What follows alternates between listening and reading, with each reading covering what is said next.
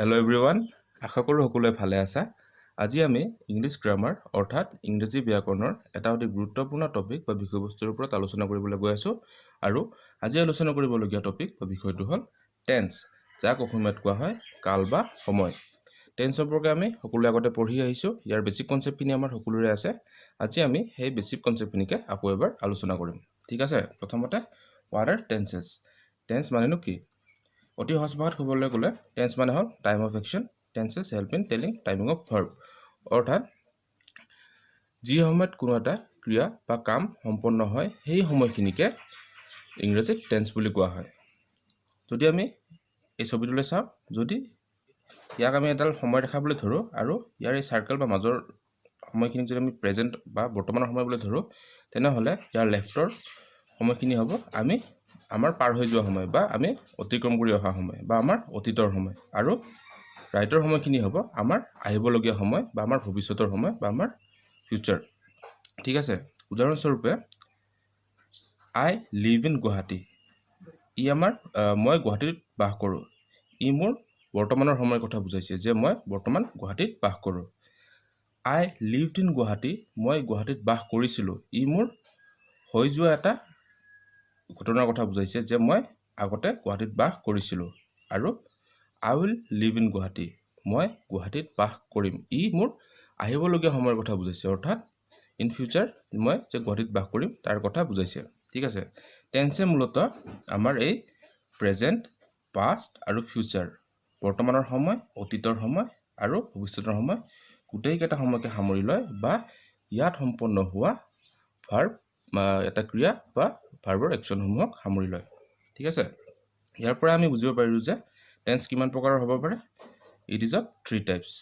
Tense 3 প্ৰকাৰৰ: past tense অতীতকাল, present tense বৰ্তমান কাল আৰু ফিউচাৰ টেন্স বা ভৱিষ্যৎকাল।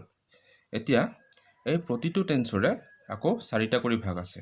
যেনে পাষ্ট টেন্সৰ 4টা ভাগ হ'ল simple past tense, past continuous tense, past perfect tense আৰু পাষ্ট পাৰফেক্ট কণ্টিনিউৱাছ টেন্স। আৰু প্ৰেজেণ্ট টেন্সৰো একে, চিম্পল প্ৰেজেণ্ট বা present indefinite tense, present continuous tense, present perfect tense আৰু present perfect continuous tense. Future টেন্সৰো 4টা ভাগ, simple future tense, future continuous tense, future perfect tense আৰু ফিউচাৰ পাৰফেক্ট কণ্টিনিউৱাছ টেন্স। এতিয়া আমি প্ৰেজেণ্ট টেন্সৰ প্ৰথমটো ভাগ চিম্পল প্ৰেজেণ্ট বা প্ৰেজেণ্ট ইনডিফিনিট টেন্সৰ বিষয়ে আলোচনা কৰিম। চিম্পল প্ৰেজেণ্ট অৰ প্ৰেজেণ্ট ইনডিফিনিট টেন্স, যাক অসমীয়াত কোৱা হয় সাধাৰণ বৰ্তমান কাল। এতিয়া চিম্পল প্ৰেজেণ্ট টেন্সে কোনবোৰ বাক্যক বুজায় বা কোনবোৰ ঘটনাক বুজায়? An action that occurs in regular basis, অৰ্থাৎ নিত্য নাইবা সচৰাচৰ যিবোৰ কাম হৈ থাকে। উদাহৰণস্বৰূপে I go' to school every day, he plays football regularly, my father goes for a walk every morning. যদি আমি এই বাক্য তিনিটাক চাওঁ, মই সদায় স্কুললৈ যাওঁ, সি সদায় ফুটবল খেলে বা মোৰ দেউতা সদায় মৰ্ণিং ৱাকত যায়। এই বাক্যকেইটাৰ পৰা আমি বুজিব পাৰিছোঁ যে ই আমাৰ ডেইলি ৰুটিন বা ডেইলি ইভেণ্টক বুজায়। যিবোৰ কাম আমি সদায় কৰোঁ তেনেবোৰ বাক্য বুজাবলৈ চিম্পল প্ৰেজেণ্ট বা প্ৰেজেণ্ট ইনডিফিনিট টেন্স ব্যৱহাৰ কৰা হয়, বা এইবোৰ বাক্যই প্ৰেজেণ্ট ইনডিফিনিট টেন্সক বুজায়। দ্বিতীয়তে, to express a universal truth or any fact that stands true all the time, অৰ্থাৎ চিৰসত্য বা প্ৰকৃতিগত সত্য বা প্ৰাকৃতিকভাৱে সত্য সকলোবোৰ তথ্য বা ঘটনাই চিম্পল প্ৰেজেণ্ট টেন্সক বুজায়। যেনে the sun rises in the east and sets in the west, অৰ্থাৎ সূৰ্য পূব দিশত উদয় হয় আৰু পশ্চিম দিশত মাৰ যায়। ডেথ কামছ টু অল, মৃত্যু সকলোৰে আহে, বা man is mortal, plant gives আছ অক্সিজেন, অৰ্থাৎ গছে আমাক অক্সিজেন দিয়ে। এই সকলোবোৰ হ'ল চিৰসত্য বা প্ৰাকৃতিকভাৱে সত্য কিছুমান বাক্য, যিবোৰ বাক্য বা যিবোৰ ঘটনা আমাৰ অতীততো সত্য, বৰ্তমানো সত্য আৰু আহিবলগীয়া দিন বা ভৱিষ্যততো সত্য। এনেবোৰ বাক্য হ'ল চিম্পল প্ৰেজেণ্ট বা প্ৰেজেণ্ট ইনডিফিনিট টেন্সৰ উদাহৰণ। তৃতীয়তে, শিডিউল্ড ইভেণ্টছ ইন দ্য নিয়াৰ ফিউচাৰ, আসন্ন ভৱিষ্যৎকাল বুজাবলৈ। আমি কিছুমান ভৱিষ্যৎকালৰ সময় বা আমাৰ শিডিউল বা ফিক্স কিছুমান সময়ৰ বিষয়ে ক'বলৈ হ'লেও আমি চিম্পল প্ৰেজেণ্ট বা প্ৰেজেণ্ট ইনডিফিনিট টেন্সৰ ব্যৱহাৰ কৰোঁ। যেনে the train leaves tonight at 6 PM, I leave for Guwahati this afternoon. ঠিক আছে, এতিয়া আমি চিম্পল প্ৰেজেণ্ট বা প্ৰেজেণ্ট ইনডিফিনিট টেন্সৰ বাক্যৰ ষ্ট্ৰাকচাৰ বা গঠন প্ৰণালীৰ বিষয়ে আলোচনা কৰিম। ষ্ট্ৰাকচাৰ হ'ল সাবজেক্ট ভাৰ্বৰ ফাৰ্ষ্ট ফৰ্ম প্লাছ অবজেক্ট ইয়াতে ভাৰ্বৰ ফাৰ্ষ্ট ফৰ্মক আমি V1 বুলি কোৱা হয় ঠিক আছে আমি টেন্স জানিবলৈ হ'লে প্ৰথমতে আমি ভাৰ্বৰ ফৰ্মৰ বিষয়ে জানিব লাগিব মই সেইকাৰণে অলপমান থুলমূলকৈ ভাৰ্বৰ ফৰ্মৰ বিষয়ে অলপ বুজাই দিছোঁ ভাৰ্বৰ মূলতঃ পাঁচটা ফৰ্মছ বা পাঁচটা প্ৰকাৰ ঠিক আছে প্ৰেজেন্ট ফৰ্ম যাক আমি V1 বুলি কওঁ পাষ্ট ফৰ্ম যাক আমি V2 বুলি কওঁ পাষ্ট পাৰ্টিচিপল যাক V3 বুলি কোৱা হয় আৰু S বা ES ফৰ্ম যাক V4 বুলি কোৱা হয় আৰু এটা হ'ল ING ফৰ্ম যাক V5 বুলি কোৱা হয় ঠিক আছে যদি আমি উদাহৰণ চাওঁ প্ৰেজেন্ট যদি গো ভাৰ্বৰ যদি আমি প্ৰেজেন্ট ফৰ্ম চাওঁ তেনেহ'লে ই গো হ'ব পাষ্ট ফৰ্মত ই হ'ব went পাষ্ট পাৰ্টিচিপল ফৰ্মত ই হ'ব gone S বা ES ফৰ্মত ই হ'ব goes আৰু ING ফৰ্মত ই হ'ব going ঠিক একেদৰে প্লে ভাৰ্বৰ যদি চাওঁ প্ৰেজেন্টত ই হ'ব প্লে পাষ্টত ই হ'ব played পাষ্ট পাৰ্টিচিপলত ই হ'ব played S বা ES ফৰ্মত হ'ব ই plays আৰু ING ফৰ্মত হ'ব ই playing ঠিক আছে এতিয়া simple present বা present indefinite tenseৰ in case of third person singular number S বা ES হয় অৰ্থাৎ সাবজেক্ট বা কৰ্তাজন যদি তৃতীয় পুৰুষ আৰু একবচন হ'লে মেইন ভাৰ্বৰ হৈতে S বা ES যোগ হয় উদাহৰণস্বৰূপে Ram goes to school every day I go to school every day ইয়াতে ৰামটো হ'ল থাৰ্ড পাৰ্সন আৰু সিঙ্গুলাৰ নাম্বাৰ go to হ'ল ইয়াতে মেইন ভাৰ্ব যেহেতু এইটো থাৰ্ড পাৰ্সন সিঙ্গুলাৰ নাম্বাৰ হয় সেইকাৰণে গোৰ লগত ES যোগ হৈছে আৰু দ্বিতীয় বাক্যটো I টো যদিও সিঙ্গুলাৰ নাম্বাৰ কিন্তু ই থাৰ্ড পাৰ্সন নহয় ই হ'ল ফাৰ্ষ্ট পাৰ্সন সেইকাৰণে গোৰ লগত কোনো ধৰণৰ S বা ES যোগ হোৱা নাই ইয়াত ভাৰ্বৰ ফাৰ্ষ্ট ফৰ্মে অৰ্থাৎ গোৱে ব্যৱহাৰ কৰা হৈছে ঠিক আছে এতিয়া আমি আলোচনা কৰিম দ্বিতীয়টো প্ৰেজেন্ট টেন্সৰ দ্বিতীয়টো present continuous tense present continuous টেন্সে কি বুজায় It refers to express an action which is currently going on যি কাম বৰ্তমানে চলি আছে কিন্তু শেষ হোৱা নাই অৰ্থাৎ কোনো এটা কাম বৰ্তমানে চলি থকা বা হৈ থকা বুজাবলৈ present continuous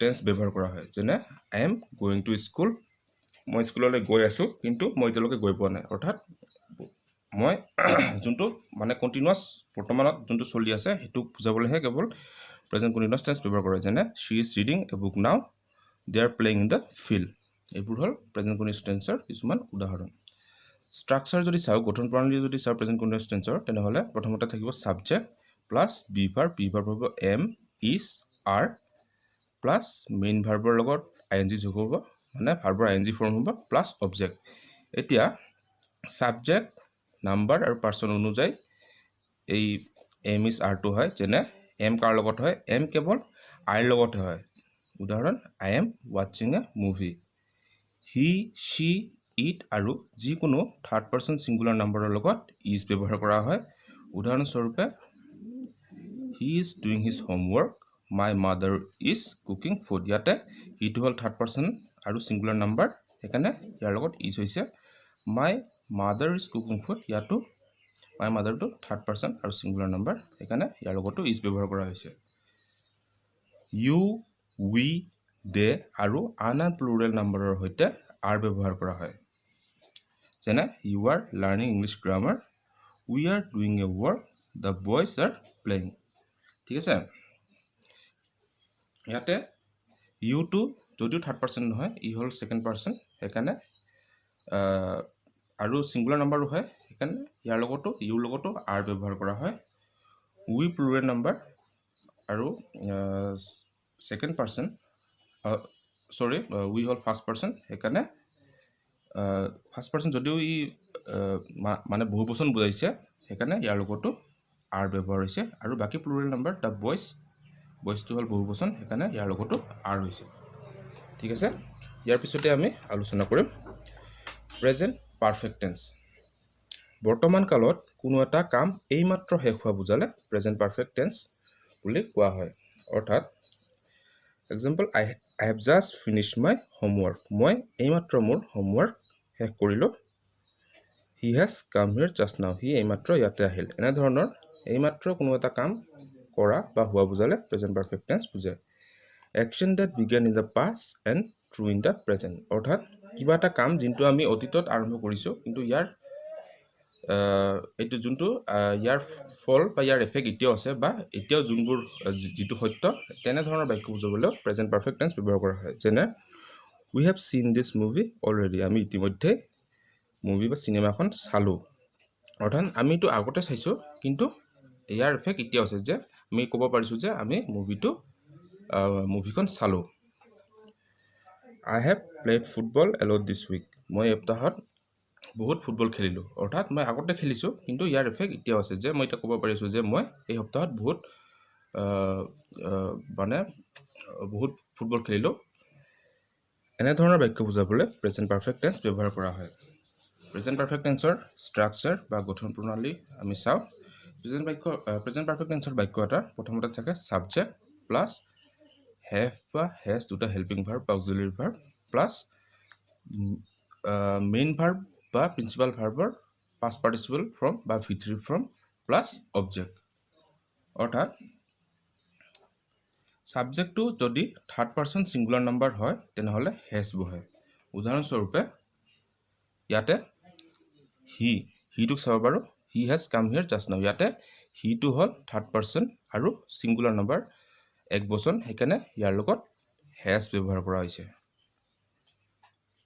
I, we, you, they আৰু আনাৰ প্লুৰেল নাম্বাৰৰ সৈতে হেভ বহে। ঠিক আছে, তেনেকৈ এইটো বাক্য আমি চাব পাৰোঁ, I have played football a lot this week। ইয়াতে আইটো হ'ল ছাবজেক্ট আৰু সেইকাৰণে ইয়াৰ লগত হেভ ব্যৱহাৰ কৰা হৈছে। ঠিক তেনেদৰে উইৰ লগত হ'লেও ইয়াতে হেভ ব্যৱহাৰ কৰা হৈছে। উইটো প্লুৰেল নাম্বাৰ বুজাইছে। We have seen this movie already।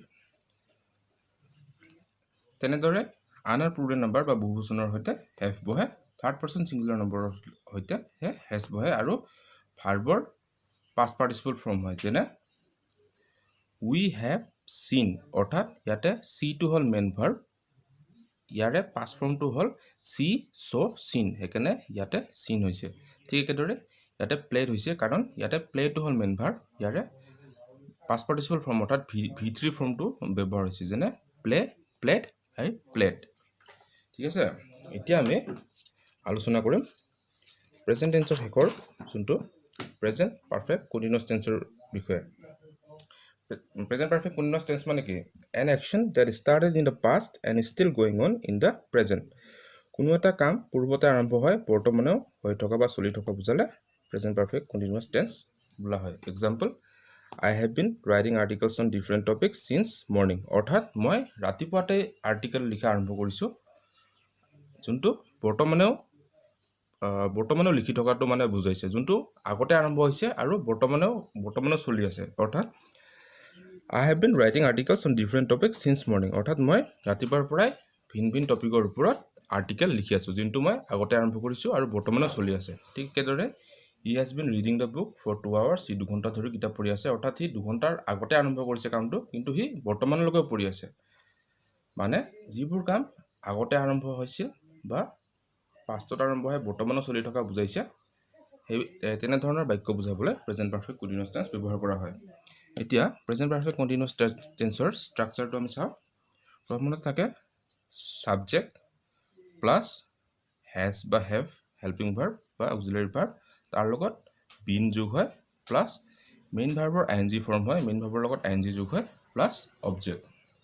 উদাহৰণস্বৰূপে the girl has been singing for an hour. অৰ্থাৎ ইয়াতে দ্য গাৰ্লটো হ'ল ছাবজেক্ট, হেজটো হ'ল ইয়াৰে হেল্পিং ভাৰ্ব, তাৰ লগত বিন যোগ হয়, প্লাছ ছিঙৰ ইয়াতে ING ফৰ্ম হৈছে ছিংগিং ফৰ এন আৱাৰ।